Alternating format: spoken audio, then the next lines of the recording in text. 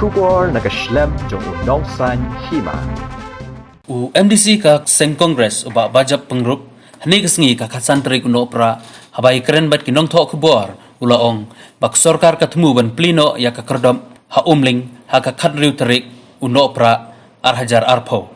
nakaliang uni MDC ula kandu ka sorkar jela baladak sorkar kasnokia ya ke jingwan rung tu jong kibriu ha ka jela kadai ban snai ki kerdop ban rung ban mi habaro ki jaka kamdei tang ho umling ula kenturo da ka baong bak sorkar kadai banchna habaro ki jaka kiba kila tumu banchna banchu pentami yo pajba da ka bapli tang ya ka kerdop ka badon ho umling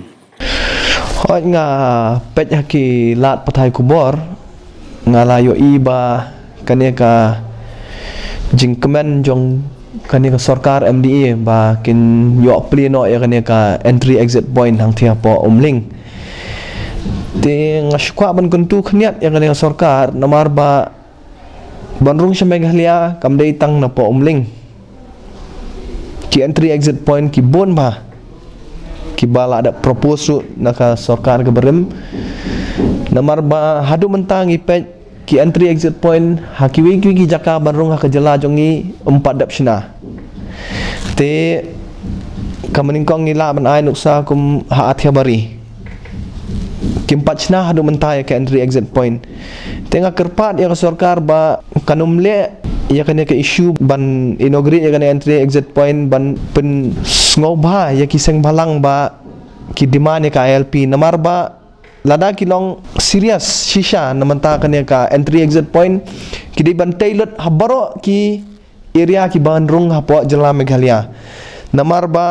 ngitip harata cara ru kempadan ke entry exit point belasna ha athia bari ru kadai kawai hang thia po North Garo Hills ru kadai kawai ka bandrung sepo ka jela jongi te ka konsensi jongaru kibun maki jaka ki bala bandrung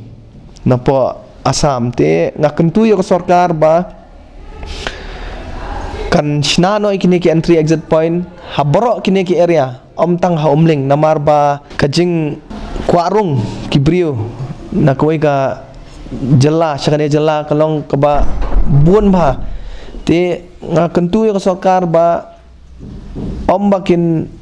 penthame yu pajba bakin pleno ka entry exit point tang ha umling henrei ba kin Shnano wood ya ki entry exit point haboro ki designated location ki area ki ba kaladap thu banchna nado menchwa te tang itahi